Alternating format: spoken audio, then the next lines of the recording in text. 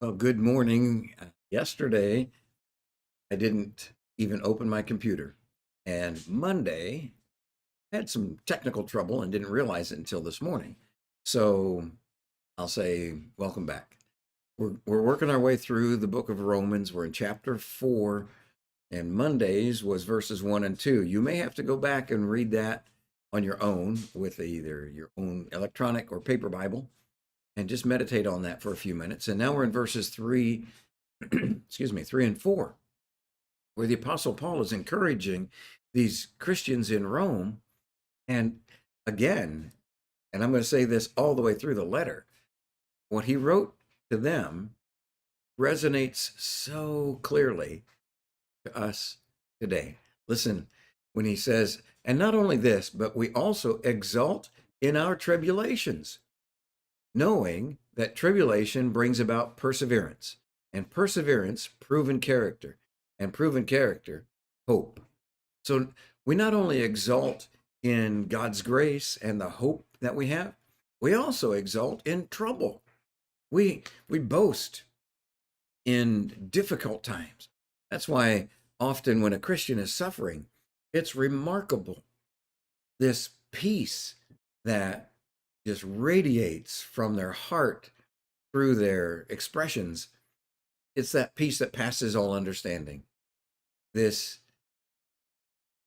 spirit and passion of forgiveness toward their persecutors that is just extraordinary because it's not natural, it's divine. And so he says, even in difficult times, we rejoice because we know that tribulation produces perseverance, and perseverance produces a tested and proven character. Look, Jesus does carry me through. This faith is real. It is trustworthy and it's solid. Not only will it take me through the troubles of life, but it will take me through the final trouble of life. It will take me through the great judgment day. This faith is good. It's a marvelous faith. And so we have good reasons to rejoice.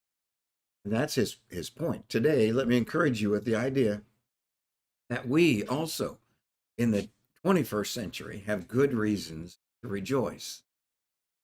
Even as the Romans did, looking down the road, we can see a little bit of their future and realize they were headed into serious, serious persecution, even as some of our brothers and sisters are today. There are groups, gangs in Nigeria that are hunting Christians to kill them, to persecute them to the fullest extent of their capability. And we have brothers and sisters around the world that are singing in whispers. They're worshiping in small, tiny groups because of the persecution. And yet this tribulation produces perseverance. It demonstrates the steadfastness of the Spirit who dwells within us and the Savior, the Shepherd who guards us and calls us home. It demonstrates his steadfastness, his steady faithfulness, and then our ability to endure because our eyes are fixed on him. Our minds are set on the things above. And this perseverance produces proven character. Look again at what he says here. And then the proven character produces hope. This tested character that has come through the testing produces even more hope.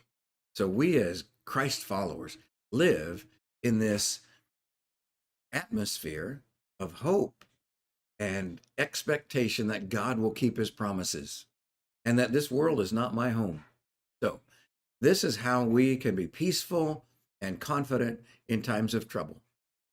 I know in whom I have believed, and I am completely convinced that he is able to keep what I've committed to him against that day. God bless you as you move through this day, right in the middle of the week.